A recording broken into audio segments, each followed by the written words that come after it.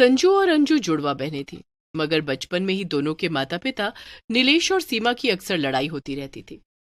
एक दिन नीलेश लड़ाई झगड़ों से तंग आकर अलग होने का फैसला करता है। नीलेश और सीमा एक एक बेटी को अपने पास रखने का फैसला भी लेते हैं। तो चलिए अब देखते हैं कि आगे क्या हुआ। नीलेश सीमा से लड़ते हुए कहता है, सीमा, अब मैं तुम्हारे साथ इस छोटे से गांव की छोटी सी झोपड़ी में नहीं रह सकता। मैं ये सब छोड़कर शहर जा रहा हूं। ठीक है, फिर जैसा आपको ठीक लगे। मुझे भी आपके साथ नहीं रहना है। मुझे भी अब अपनी जिंदगी में शांति चाहिए। दोनों अपनी बच्चियों के बारे में नहीं सोचते हैं और समझौता करके डिवोर्स ले लेते हैं, जिसके बाद नीलेश संजू को अपने साथ शहर ले जाता है और सीमा अंजू के साथ गांव की ही झोपड़ी में रहने लगती है। शहर जाकर नीलेश दूसरी शादी कर लेता है और कुछ ही दिनों में वो एक नया बिजनेस करके बहुत अमीर भी हो जाता है। मगर वो अपने काम में इतना व्यस्त हो गया था कि उसे घर में वक्त ही नहीं मिल पाता था, जिसकी वजह से संजू बहुत अकेला महसूस करती थी। उसे इस बात का एहसास ही नहीं था कि संजू शहर में खुश नहीं थी। संजू को अक्सर अपनी बहन और माँ की याद आती थी। एक दिन वो अपने कमरे में बैठकर सोच रही थी, पता नहीं मेरी जुड़वा बहन अंजू वहां गांव में कैसे रह रही होगी। उसे भी मेरी कितनी याद आती होगी। मुझे तो माँ की बहुत याद आती है, मगर ना जाने क्यों पापा को माँ की याद ही नहीं आती। वो तो अंजू को भी भूल गए। संजू खुद से बातें कर ही रही थी कि तभी संजू की सौतेली माँ वहां गुस्से में आ जाती है। क्यों रे संजू, यहाँ क्या कर रही है? बस सारे दिन बैठे बैठे आराम फरमाती रहती है। जरा चलकर मेरे काम में हाथ तो बटाना। संजू की सौतीली माँ उसे बिल्कुल भी पसंद नहीं करती थी और उसको हमेशा सताती रहती थी, लेकिन नीलेश को इस बारे में कुछ भी पता नहीं था। ऐसे ही कई साल बीत जाते हैं और संजू और अंजू दोनों बड़ी हो जाती हैं। दोनों ही दिखने में बहुत सुंदर थीं, क्योंकि वो थी तो जुड़वा बहन ही ना। बस फर्क सिर्फ इतना था कि संजू अमीर थी और अंजू गरीब। एक दिन अचानक से बीमार होने की वजह से गांव में ही अंजू की माँ की मौत हो जाती है। अंजू के ऊपर तो मानो दुखों का पहाड़ ही टूट पड़ा था। पहले से ही वो गरीब थी और अब अपनी माँ के बिना वो बेसहारा भी हो गई थी। ये क्या हो गया? पहले पापा और संजू मुझे छोड़कर चले गए और अब माँ तुम भी मुझे छोड़कर चली गई। अब मेरा क्या होगा? मैं कैसे यहाँ अकेले रहूंगी? अंजू काफी देर तक बिना कुछ खाए पिए रोती रही, मगर जल्दी ही अंजू का दुख गुस्से में बदल गया। बस बहुत हो गया। वो संजू वहां शहर में ऐशो आराम से जी रही है और यहाँ मैंने और मेरी माँ ने कितने दुख झेले। माँ की जिंदगी तो दुखों में ही बीत गई, लेकिन मैं ऐसे मर मर कर नहीं जीऊंगी। मैं अब शहर जाऊंगी और उससे भी उसकी सारी खुशियां छीन लूंगी। अंजू तुरंत अपना सामान बांधकर शहर जाने के लिए निकल जाती है। सबसे पहले वो शहर जाकर एक कमरा किराए पर लेती है और फिर वो वहां बैठकर सोचती है, आखिर मैं इतने बड़े शहर में आ तो गई, मगर उस संजू को ढूंढूं तो ढूंढूं कैसे? मुझे तो सिर्फ इतना पता है कि वो किसी कॉलेज में पढ़ती है। तो फिर ठीक है, सबसे पहले मैं वो कॉलेज ही ढूंढूंगी, शायद मुझे संजू वहां दिख जाए। अंजू शहर में लोगों से पता पूछते पूछते कॉलेज तक पहुंच जाती है। वो कॉलेज के बाहर खड़े होकर इतनी बड़ी बिल्डिंग को आश्चर्य से देख रही थी। वाह, ये कितनी बड़ी बिल्डिंग है! मैंने गांव में आज तक दूसरी मंजिल का मकान तक नहीं देखा और यहाँ वो संजू इतनी बड़ी बड़ी बिल्डिंग में पढ़ने आती है। अब बस मैं इसकी जिंदगी को अपना बना लूंगी। अंजू खुद से ऐसे बातें कर ही रही थी कि तभी वहां पर कुछ लोग कार से आ जाते हैं। उनमें से एक लड़की आकर अंजू को गले लगा लेती है। अरे अरे, ये क्या कर रही हो तुम? संजू, तुम कितने दिनों बाद कॉलेज आई? हमें तो लगा था कि अब तुम आओगी ही नहीं। खैर, तुम्हें देखकर बहुत अच्छा लगा। हाँ संजू, मैंने सुना था तुम्हारी तबीयत खराब है। अब तुम ठीक हो ना? अंजू मन ही मन सोचती है, ओह, तो शायद ये मुझे संजू समझ रहे हैं। जरूर ये संजू के कॉलेज के दोस्त होंगे। क्या हुआ संजू, किस सोच में पड़ गई? तबीयत तो ठीक है ना तुम्हारी? हाँ हाँ, मतलब नहीं नहीं, मेरी तबीयत कुछ ठीक नहीं लग रही। तुम लोगों के पास तो कार है, क्या तुम लोग मुझे घर छोड़ दोगे मेरे? अरे हाँ हाँ, क्यों नहीं संजू, बिल्कुल आओ, बैठो आकर, हम तुम्हें छोड़ देंगे। वो सब लोग अंजू को संजू के घर छोड़ देते हैं और चले जाते हैं। हे भगवान, ये इतना बड़ा घर, उस संजू के पास इतना बड़ा मकान और मेरे लिए बस वो टूटी फूटी झोपड़ी। वाह, किस्मत का खेल भी कितना निराला होता है। लेकिन अब मैं अपनी किस्मत खुद लिखूंगी। अंजू चुपके से घर के पीछे की तरफ जाती है और खिड़की से अंदर झांकने लगती है। अंजू को सीधा संजू का ही कमरा दिखता है। कमरा दिखने में बड़ा सुंदर था, मगर संजू अंदर सो रही थी। आहा, देखो तो महारानी को कैसे पड़े पड़े सो रही है, अभी सबक सिखाती हूँ इसे। अंजू खिड़की से कमरे के अंदर कूद जाती है और संजू के मुंह पर बेहोश करने वाला स्प्रे छिड़क देती है, जो उसने शहर आते ही खरीद लिया था। वो किसी तरह संजू को घसीट कर कमरे से बाहर ले जाती है और अपना मुंह बांध लेती है। Rickshaw, rickshaw! अंजू की आवाज सुनकर एक रिक्शा रुक जाता है। भैया, ये मेरे साथ मरीज है, ये चक्कर खाकर बेहोश हो गई है, आप जरा इन्हें मेरे साथ रिक्शे में बिठा दीजिए ना। हाँ हाँ मैडम, रुकिए, मैं अभी आपकी मदद करता हूँ।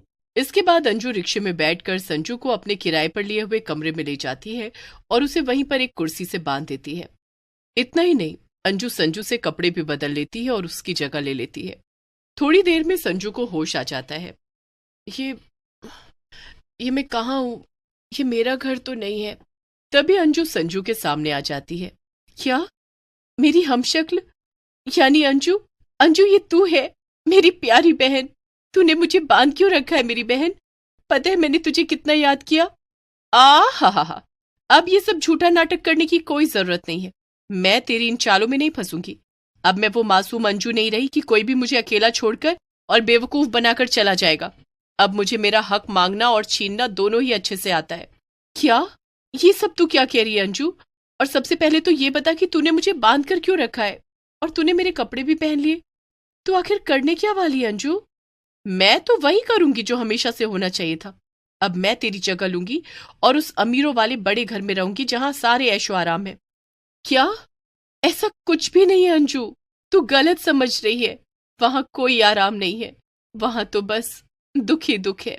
संजू चीखती चिल्लाती रहती है, पर अंजू उसकी एक भी बात नहीं सुनती और उसे वहीं छोड़कर संजू के घर चली जाती है। वहां जाकर वो चुपचाप अपने बेड पर वापस से सो जाती है जहां पर पहले संजू सो रही थी।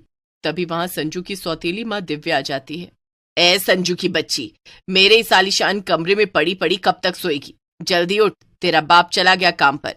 अब उठकर घर का सारा काम कर और मुझे वो तबीयत खराब होने की सारी बकवास मत बताना, समझी? सौतेली माँ की ऐसी कड़वी बातें सुनकर अंजू एकदम दंग रह जाती है। सच तो ये था कि संजू के पिता के सामने सौतेली माँ संजू को बड़े प्यार से रखती थी, मगर उनके बाहर जाते ही वो उस पर अत्याचार करती थी। यही नहीं, रात में दिव्या संजू को घर के स्टोर रूम में सोने को कहती थी।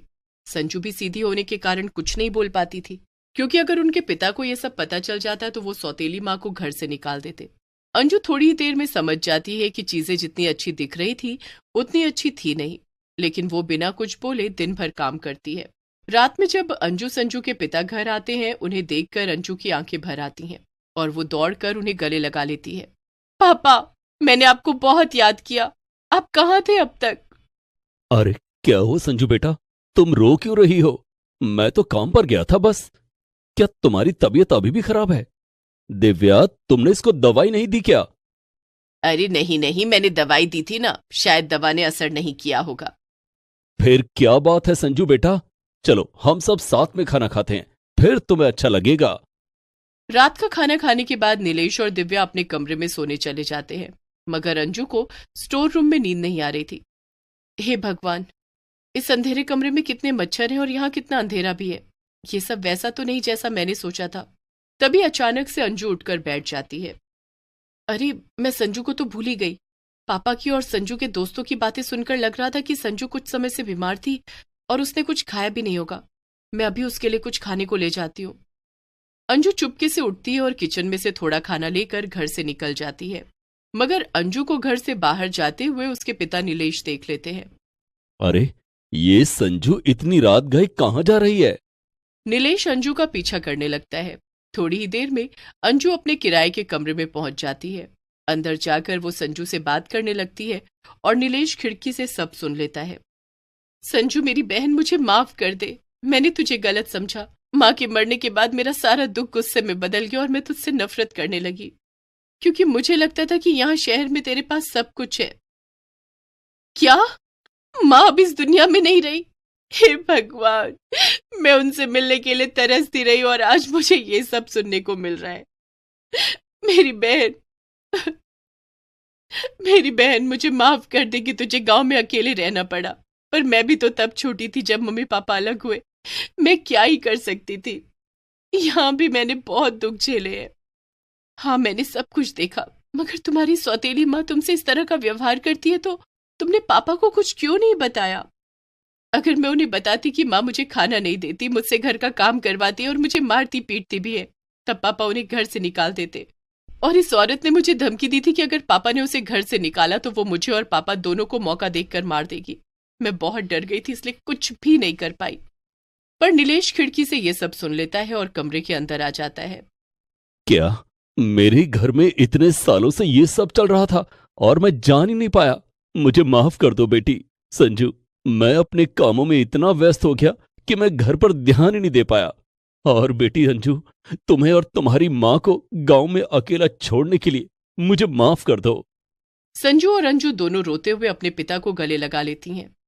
मगर अब ऐसा नहीं होगा। अब हम सब साथ में रहेंगे, एक परिवार की तरह। और उस दिव्या को तो मैं अभी जाकर घर से निकाल दूंगा। और इतना ही नहीं, मैं उसे सीधा पुलिस के हवाले करूंगा। उसने इतने दिनों तक तुम पर इतने जुल्म जो किए हैं।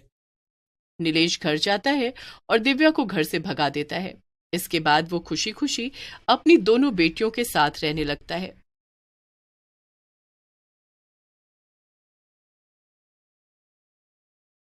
पूजा को कॉलेज के दिनों से ही मैगी खाने की लत लग गई थी। पूजा अपनी शादी के बाद भी दिन रात मैगी खाती रहती थी। लेकिन एक दिन उसकी ये लत उस पर बहुत भारी पड़ गई और पूजा को लेने के देने पड़ गए। पूजा का कॉलेज में पहला दिन था। पहले ही दिन पूजा की कुछ लड़कियों से दोस्ती हो जाती है। उसकी दोस्त रागिनी कहती है, अरे यार पूजा, आज कॉलेज का पहला दिन है और हम सबकी दोस्ती का भी पहला दिन है। सेलिब्रेशन तो बनता है। चल कैंटीन चलकर कुछ खाते हैं। ठीक है, चलो सब। कैंटीन जाकर वे सभी देखती हैं कि कैंटीन बंद हो रही थी। अरे भैया, हमें कुछ खिला दो, आज हमारे कॉलेज का पहला दिन है। लेकिन मैडम जी, शाम के 4 बज गए हैं, कैंटीन अब बंद हो रही है। अरे भैया, 2 मिनट में जल्दी से कुछ बना दो, हमारा पेट भी भर जाएगा और आपकी कमाई भी हो जाएगी। 2 मिनट में तो सिर्फ मैगी बन सकती है। ठीक है, आप मैगी ही बना दो। मैंने कभी मैगी नहीं खाई। नहीं खाई तो आज खाकर देख, तू मैगी की फैन हो जाएगी। कैंटीन वाला सबके लिए मैगी बना देता है और सबको सर्व करता है। पूजा ने जब मैगी खाई, अरे वाह यार, ये तो बहुत टेस्टी है। पेट भर गया लेकिन मन नहीं भरा। मैंने कहा था ना कि एक बार खाएगी तो इसकी फैन हो जाएगी। पूजा को मैगी का स्वाद बहुत पसंद आता है। वो घर जाते समय दुकान से मैगी के 2 पैकेट खरीद लेती है और घर जाकर फिर से मैगी बनाती है, जिसे देख पूजा की माँ अर्चना कहती है, ये क्या पूजा बेटी, घर में खाना बना हुआ है और तू मैगी खा रही है। मैगी घर में आई कैसे? मैं तो कभी मैगी नहीं लाती। माँ, आपने कभी मुझे मैगी क्यों नहीं खिलाई? मैं आज तक इसके अच्छे स्वाद को नहीं चख सकी। आज मैंने कॉलेज की कैंटीन में पहली बार मैगी खाई। अब मैं फिर से मैगी खाऊंगी। तेरे लिए जो खाना बनाया है वो कौन खाएगा? वो मैं रात को खा लूंगी। इसके बाद पूजा मैगी खाती है। आज तो मैगी खाकर मजा ही आ गया। पूजा रात को खाना नहीं खाती है। पूजा बेटी, तू खाना क्यों नहीं खा रही है? मेरा पेट भरा हुआ है, मुझे भूख ही नहीं लग रही है। लगेगी कैसे जब तूने ठूस ठूस कर मैगी खा लिया। अब तो पूजा रोज कॉलेज की कैंटीन में मैगी खाने लगी। जिस दिन कॉलेज में छुट्टी होती उस दिन वो घर पर मैगी बनाकर खाया करती। इसी तरह 3 साल गुजर गए। पूजा को मैगी की आदत पड़ चुकी थी। मैगी ना खाओ तो उसका पेट नहीं भरता था। एक दिन, पूजा बेटी, कल तुझे देखने के लिए लड़के वाले आ रहे हैं, अच्छे से तैयार हो जाना। और हाँ, उनके सामने भूल से भी मैगी का नाम मत लेना। ठीक है माँ। दूसरे दिन पूजा को देखने के लिए लड़के वाले आ जाते हैं और पूजा उन्हें पसंद आ जाती है। कुछ दिन के बाद उसकी शादी सौरभ के साथ हो जाती है। शादी के बाद जब पूजा की पहली रसोई होती है तो उसकी सास कहती है, पूजा बहू, आज तेरी पहली रसोई है, कुछ अच्छा बना ले। लेकिन माँ जी, मुझे मैगी के अलावा कुछ बनाना ही नहीं आता। क्या मैगी के अलावा कुछ नहीं बनाती? चल, मैं तुझे खाना बनाना सिखाती हूँ। सरला देवी उस दिन पूजा को खाना बनाना सिखाती हैं। पूजा सबके लिए खीर पूड़ी और पनीर की सब्जी बनाती है, लेकिन खुद के लिए वो मैगी बनाती है। सबको खाना खिलाकर जब पूजा खुद खाना खाने बैठी, अरे पूजा, तू मैगी खा रही है? तूने जो खीर पूरी बनाई है वो क्यों नहीं खा रही है? माँ जी, मुझे मैगी बहुत पसंद है, इधर कुछ दिनों से शादी की रस्मों के कारण मैं मैगी नहीं खा सकती थी, इसीलिए आज मैगी खा रही हूँ। अच्छा, आज रसोई तेरे हाथों में आई है तो तू अपने मन की कर रही है, लेकिन बहू मैगी खाना अच्छी बात नहीं है। जी माँ जी, मैं ज्यादा नहीं खाऊंगी। लेकिन पूजा कहाँ मानने वाली थी। अब तो वो ससुराल में भी रोज अपने लिए मैगी बनाकर खाती। एक दिन सरला देवी ने सौरभ से कहा, बेटा तू रोज ऑफिस चला जाता है, तेरे पीछे में बहू रोज मैगी बनाकर खाती है। मैगी उसकी सेहत के लिए अच्छी नहीं है, तू उसे समझा देना। मैं तो समझा समझा कर थक गई हूँ, मेरी सुनती ही नहीं है। ठीक है माँ, मैं पूजा को समझाऊंगा। सौरभ उस दिन पूजा से कहता है, पूजा तुम रोज रोज मैगी मत खाया करो, इससे तुम्हारी सेहत को बहुत नुकसान हो सकता है। अच्छा, तो माँ जी ने आपसे शिकायत कर दी? उन्होंने शिकायत नहीं की, वो तुम्हारी भलाई के लिए तुम्हें मैगी खाने से मना करती हैं। ठीक है, आप कहते हैं तो मैं आज से मैगी नहीं खाऊंगी। सौरभ खुश हो जाता है, लेकिन पूजा कहाँ मानने वाली थी। अब वो छिप छिप कर मैगी खाने लगी। सौरभ के ऑफिस जाने के बाद माँ जी पड़ोस वाली चाची के घर गई हैं। यही मौका है, मैं अपने लिए फटाफट मैगी बना लेती हूँ। और पूजा अपने लिए मैगी बनाती है और ठूस ठूस कर खाती है। जब भी सरला देवी घर पर नहीं होती या सो रही होती, पूजा मौके का फायदा उठाकर मैगी बना लेती। पूजा बस मौके की तलाश में रहती। सरला देवी की नजरों से ओझल होते ही वो मैगी बनाकर खा लेती। पूजा बहू, ये मैगी की खुशबू कहाँ से आ रही है? तूने फिर मैगी बनाई है क्या? नहीं माँ जी, मैगी की खुशबू पड़ोस से आ रही होगी। मुझसे झूठ बोल रही है, मैंने डस्टबिन में मैगी के पैकेट देखे हैं। तू सुधरेगी नहीं। क्या करूं माँ जी, मैगी खाए बिना मेरा पेट ही नहीं भरता। तेरी मैगी खाने की आदत तुझे बर्बाद करके छोड़ेगी। इतना सब कुछ सुनने के बाद भी पूजा के कानों में जूं तक नहीं रेंगी। वो राशन लेने जाती तो मैगी के ढेर सारे पैकेट लेकर आती और उसे छिपा कर रख देती। वो दिन रात मैगी बनाकर खाती। रात में सरला देवी और सौरभ के सो जाने के बाद वो मैगी बनाकर खाती। इसी तरह दिन गुजर रहे थे। रोज की तरह एक रात उसने फिर मैगी बनाकर खाई। मैगी खाकर कितना अच्छा लगता है ना, पूरे जमाने की खुशी मिल जाती है। लेकिन पूजा की खुशी ज्यादा देर तक टिकने वाली नहीं थी। मैगी खाने के बाद वो जैसे ही सोने के लिए अपने कमरे में आई, उसके पेट में बहुत तेज दर्द होने लगा। मेरे पेट में दर्द क्यों हो रहा है? पूजा पेट दर्द की दवाई खा लेती है, लेकिन उसका पेट दर्द कम नहीं होता बल्कि बढ़ता जाता है। कितना तेज दर्द हो रहा है। पूजा दर्द के कारण चिल्लाने लगती है। उसकी आवाज सुनकर सौरभ जाग जाता है। क्या हुआ पूजा, तुम चिल्ला क्यों रही हो? सौरभ, न जाने क्यों मेरे पेट में बहुत दर्द हो रहा है। ऐसा लग रहा है जैसे मैं मर जाऊंगी। पूजा की आवाज सुनकर सरला देवी भी जाग जाती है और पूजा के कमरे में आ जाती है। क्या हुआ बहू, तू चिल्ला क्यों रही है? माँ जी, मेरे पेट में बहुत तेज दर्द हो रहा है।